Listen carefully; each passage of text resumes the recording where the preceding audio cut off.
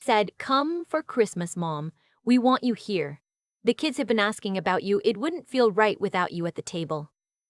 So I went. I packed my good wool sweater, the burgundy one I save for occasions that matter. I wrapped the presents in proper paper, not the gift bags I'd been using lately to save my hands the trouble of folding. I baked a tin of shortbread because my daughter-in-law mentioned once, years ago, that she loved shortbread at Christmas. I still remembered. I always remembered. My son lives in Calgary. I'm in Sudbury. It's not a short trip, and at 68, I don't move through airports the way I used to. But I booked the ticket without complaining, paid for it with the money I'd set aside from my pension, and told myself this was going to be a good Christmas. The kind I used to have when my husband was still alive. The kind where the house smelled like pine and someone was always laughing in the next room. I should have known something was off when my son didn't ask which flight I'd booked. He called 3 days before I was supposed to leave. His voice was warm the way it gets when he needs something.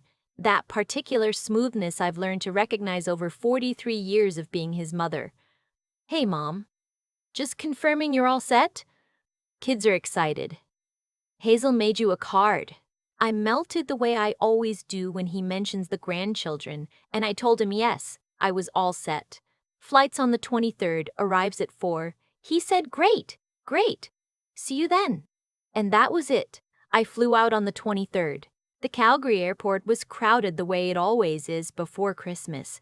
Families everywhere, children dragging stuffed animals, men in cowboy hats carrying hockey bags. The arrivals hall smelled like coffee and those pretzels they sell near the escalators. I stood near the exit with my suitcase beside me and my coat over my arm, watching the automatic doors open and close, open and close. 4 o'clock came and went. I called my son at 4:20. It rang 4 times and went to voicemail. I left a message, kept my voice light, just letting you know I landed. I'm out front by door 4, the south exit. Take your time. I'll be here. I waited another 30 minutes before I sat down on a bench near the luggage carts. My feet were already aching. I'd worn my good boots, the ones with the slight heel, because I wanted to look like someone worth picking up. At 5:15, I tried again. This time my daughter-in-law answered. "Oh," she said, "you're already there?" The way she said it. "You're already there." The way she said it. Already. Like I'd arrived ahead of schedule. Like I was the one who'd miscommunicated. I said yes, I'd been here since 4. She went quiet for a moment. Then I heard her say something to my son, her voice muffled like she'd covered the phone with her hand. I couldn't make out the words, but I heard his reply clearly enough. Just the tone of it, that flat, distracted tone.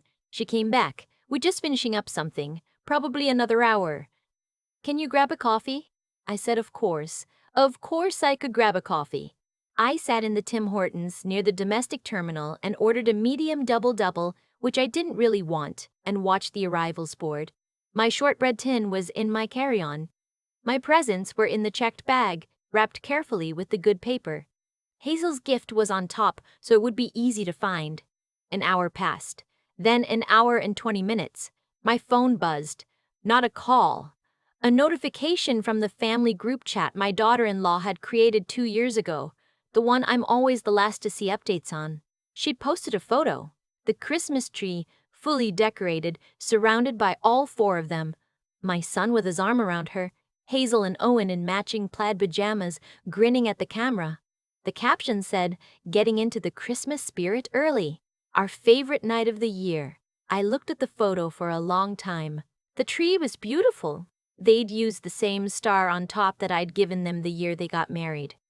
I recognized it immediately. I closed the app. I finished my coffee. I pulled my coat back on. I didn't call again. Outside, the temperature had dropped the way it does in Calgary in December. That dry, knifing cold that's different from the damp cold back home. I stood at the curb and watched cars loop around the pickup zone, and I thought about calling a cab. Then I thought about the hotel I hadn't booked because I'd been so certain I wouldn't need one.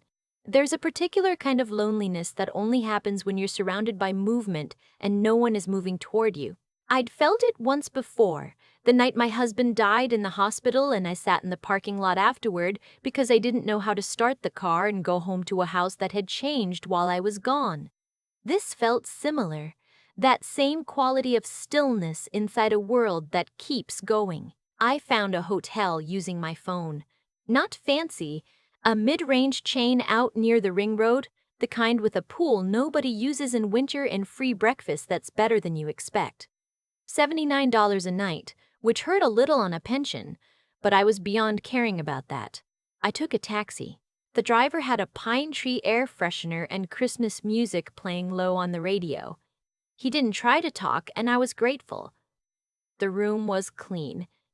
2 queen beds, which felt like a small cruelty. I sat on the edge of the one nearest the window and looked at my suitcase and didn't unpack it right away. My son had texted while I was in the cab, "Running late, so sorry, traffic was bad. Want us to come get you now?"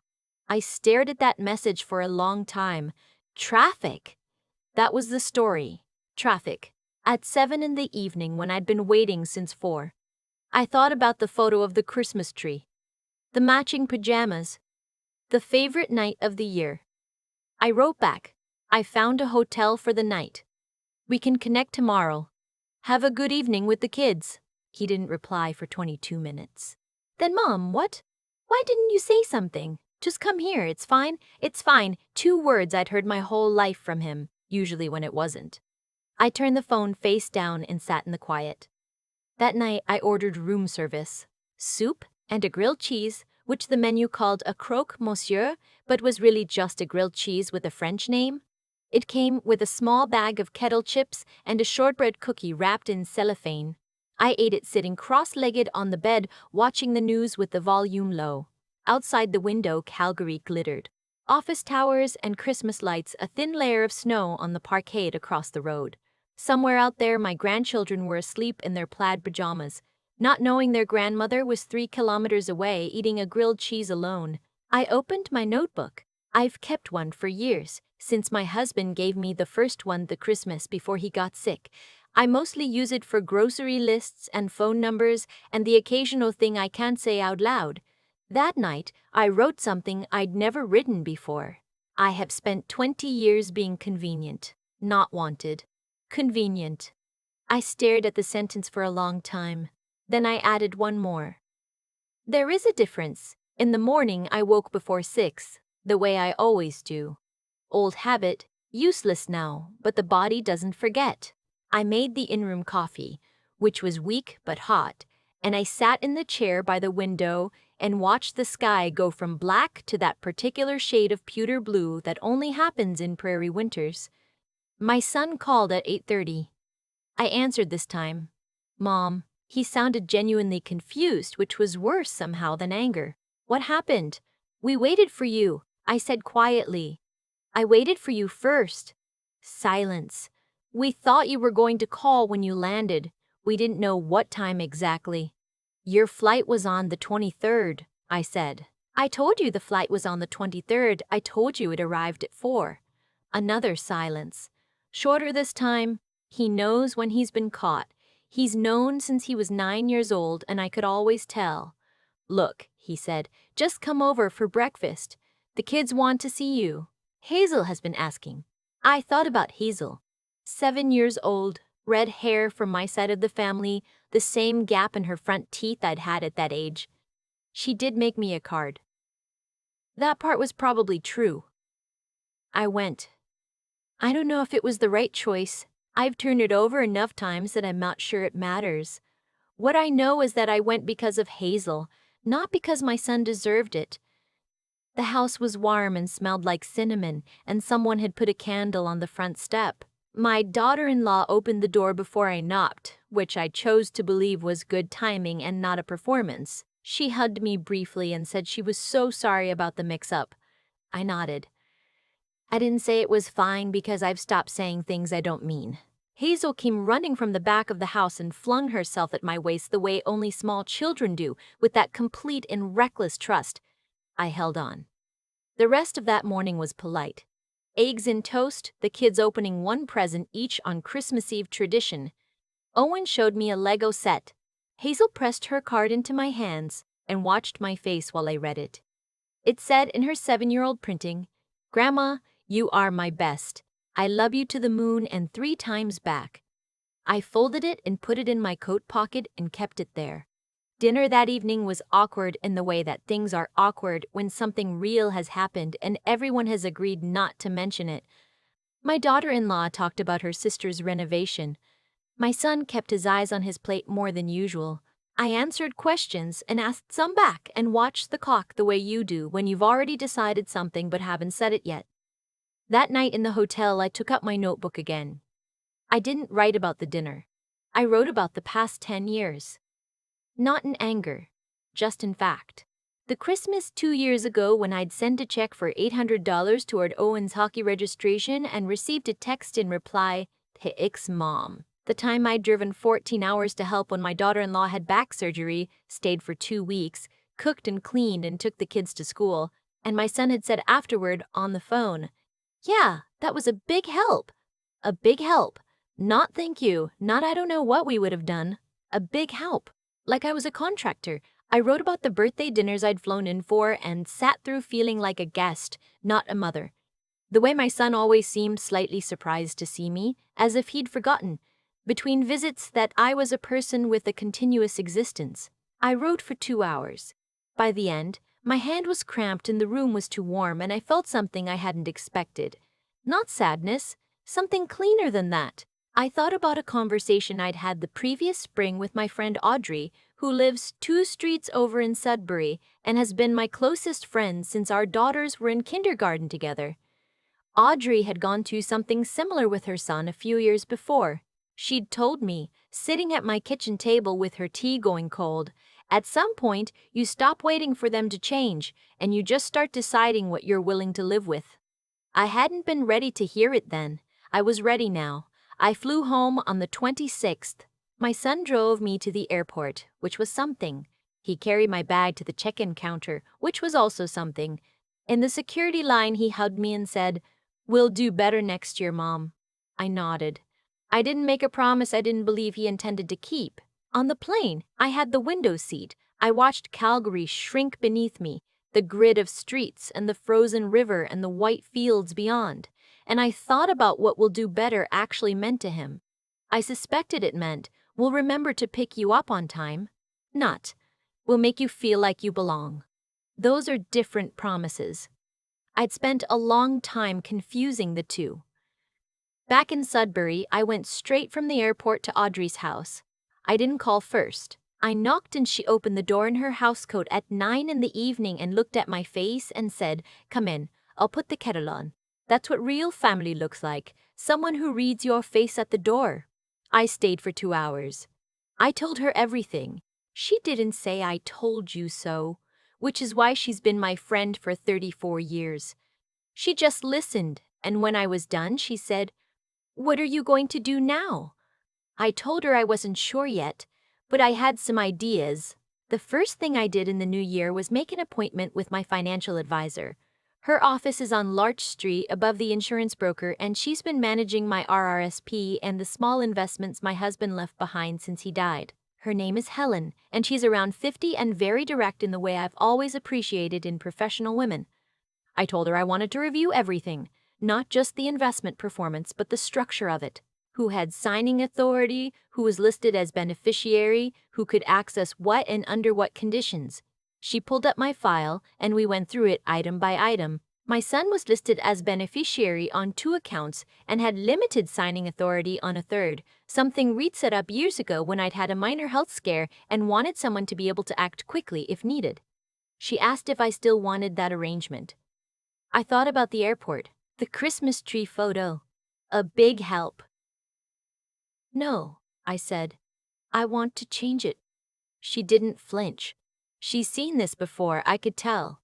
She just asked who I wanted to replace him with, and I said I didn't have anyone in mind yet, but I wanted his access revoked immediately. She said she could do that today. I also have a niece, my late sister's daughter, Bev.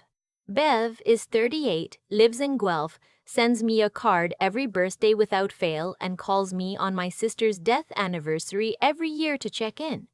Not because anyone told her to, because she's that kind of person.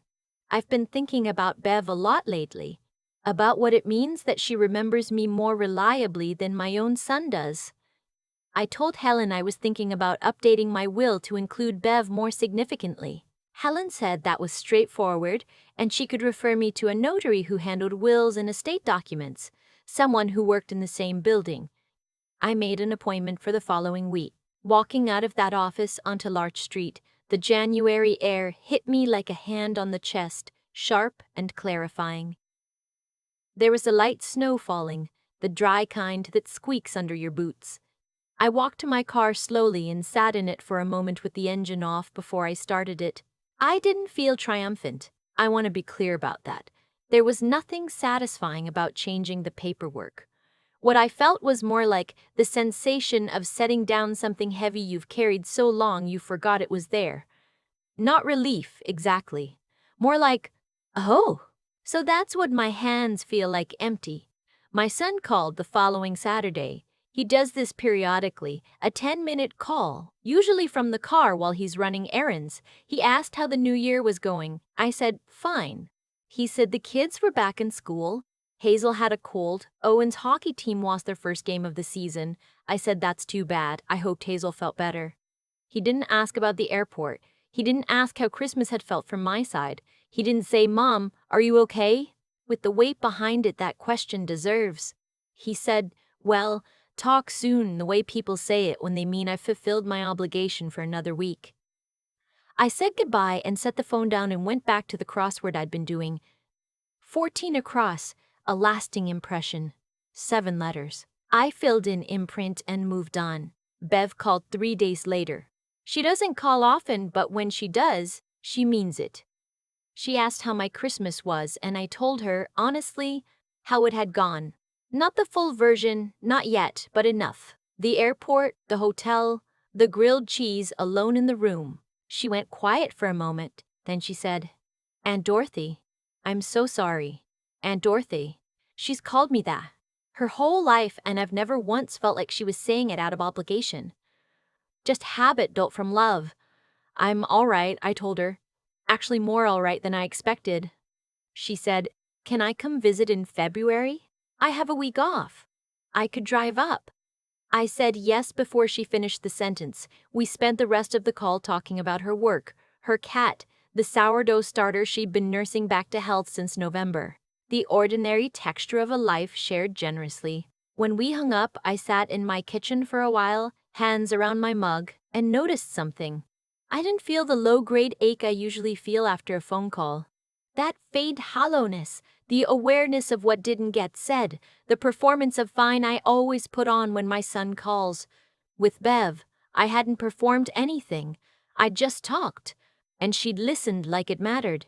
It's a strange thing to discover at 68. That you've been so busy tending to relationships that drain you, you haven't noticed which ones fill you up.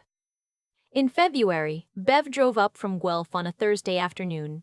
I had the guest room made up, fresh sheets, the good towels. I'd made a pot of soup the night before, leek and potato, because she'd mentioned once that it was her favorite, and I'd filed it away the way I file away all the small things people tell me without knowing I'm listening. She arrived just past 3, knocking the snow off her boots on the porch, cheeks red from the cold. She hugged me properly, the kind of hug that takes a moment before it's done. Brought you something, she said, and handed me a jar of Niagara escarpment honey from a farm near her place. The label had a small bee printed on it, and the gold of the honey caught the light when I held it up. We sat in the kitchen for most of that first afternoon. Tea, then wine, when the sun started going down. She told me about her job at the hospital, about a man she'd been seeing who seemed decent, but she wasn't sure yet. About her sourdough starter, which she'd named Theodore and treated with more affection than most people treat their houseplants. At some point, I told her about the will. She went still. Not uncomfortable still. Just listening still. I told her I'd been thinking about what family actually means. Not the word, but the practice of it. The showing up. The remembering. The choosing someone even when they don't need you to choose them, just because you want to. She said quietly, "You've always been family to me.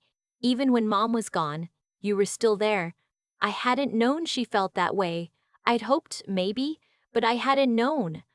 I told her I'd spoken to a notary, that I was making changes, that I wanted her to know, not to put any obligation on her, but because she deserved to know she was seen. She reached across the table and covered my hand with hers, just for a moment. Then she said, "You don't owe me anything, Aunt Dorothy?" "I know," I said. "That's the whole point." My son called once more in February. Another Saturday, another car airing call. He mentioned almost in passing that he'd noticed some paperwork from the financial advisor. He didn't say it directly. He said, "I tried to log into that joint account for the tax stuff and got an access denied." I said yes, I'd made some changes to my accounts. He went quiet. Then, "What kind of changes?" I said, "The kind I should have made a long time ago." He was quiet for longer this time. When he spoke again, his voice was different, that tone he gets when he's finally paying attention.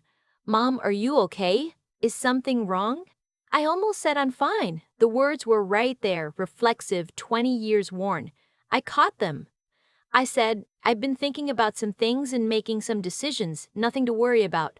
I'm very well, and I think we should have a real conversation, not a car errand conversation. When you have time." He said, "Yeah? Okay. Of course. I'll call you this week." I didn't wait by the phone. I made soup. I finished the novel I'd been reading. I called Audrey and we went for a long walk along the trail by the lake. The snow still crusted hard. The sky that particular February blue that's almost white. She asked how I was feeling, and I said, honestly, lighter. She squeezed my arm. "You look it," she said. When my son did call, it was a different kind of call. He sat with it this time. He asked questions I hadn't expected him to ask. What it had felt like at the airport, whether I'd thought about turning around and going home. He didn't argue or explain or offer competing versions. He just listened. At the end, he said, "I didn't realize. I think I didn't let myself realize." "I know," I said, "and I'm not punishing you. That's not what this is. I'm just making decisions that are honest about what's been true for a while." He said, "I want things to be different." I said, "I hope they are. But I've stopped arranging my life around hoping. I'm arranging it around what's real right now." We didn't fix everything on that call. You don't fix 20 years of drift in 40 minutes on a Thursday evening, but something shifted, even slightly, enough that I could feel it. Bev came back in March for a weekend. She brought Theodore the sourdough starter in a small jar, and we spent a Saturday morning making bread together. Flour on the counter, the kitchen warm, the radio on. Hazel's card was still on my refrigerator, held up by a magnet shaped like a loon. "To the moon and 3 times back." I thought about my granddaughter and felt something uncomplicated. Just love, clear and steady, without the anxiety underneath it. That was new. That evening, I took out my notebook. Not to document grievances this time. I wrote something different. A list of what I have. My house, which I own outright. My pension, modest but mine. My health, still good, fingers crossed. Audrey, who reads my face at the door. Bev, who drives 4 hours in February because she means it. Hazel's card. The honey on my shelf, gold in the afternoon light. I have my own judgment, finally trusted. I have the knowledge that I sat alone in a hotel room in Calgary on Christmas Eve and did not shatter. I wrote one more thing. I packed my Goodwill sweater and went because I believed I was wanted. I came home and made a different kind of life because I finally believed I was worth wanting. Outside, the March snow was starting to soften at the edges. Not gone, not yet, but thinking about it. I could hear the drip from the eaves just beginning. I made tea.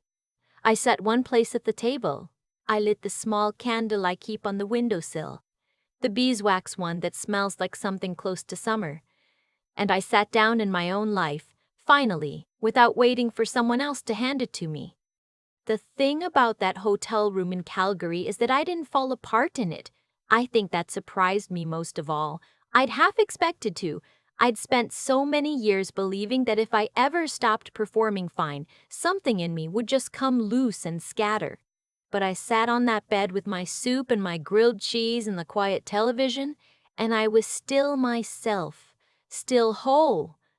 That was the beginning of something I hadn't planned on. I've thought a lot about cause and effect since that Christmas, not in any mystical sense, just the plain arithmetic of it. What we give our energy to grows. What we keep excusing, we keep experiencing. For years, I arranged my life around my son's comfort, without asking whether he was arranging anything around mine. That wasn't his fault entirely. It was partly mine because I never showed him where the line was. I kept moving it back whenever he got close, smoothing things over before they had a chance to be addressed, absorbing the small indignities so quietly that I think even I forgot they were happening. And then I sat alone in a hotel on Christmas Eve and finally counted the cost. What I did after that wasn't revenge. And I want to be clear about that. Changing the paperwork, updating the accounts, sitting down with Helen and then the notary. None of that was about punishing my son. It was about being honest for the first time in a long time. Honest about what had actually been given and what had never been returned. There's a kind of integrity in that accounting. Not cruelty, just clarity. I think real decency toward yourself requires that kind of honesty, even when it's uncomfortable, even when it means seeing someone you love a little more plainly than you'd prefer. The wisdom part came slower.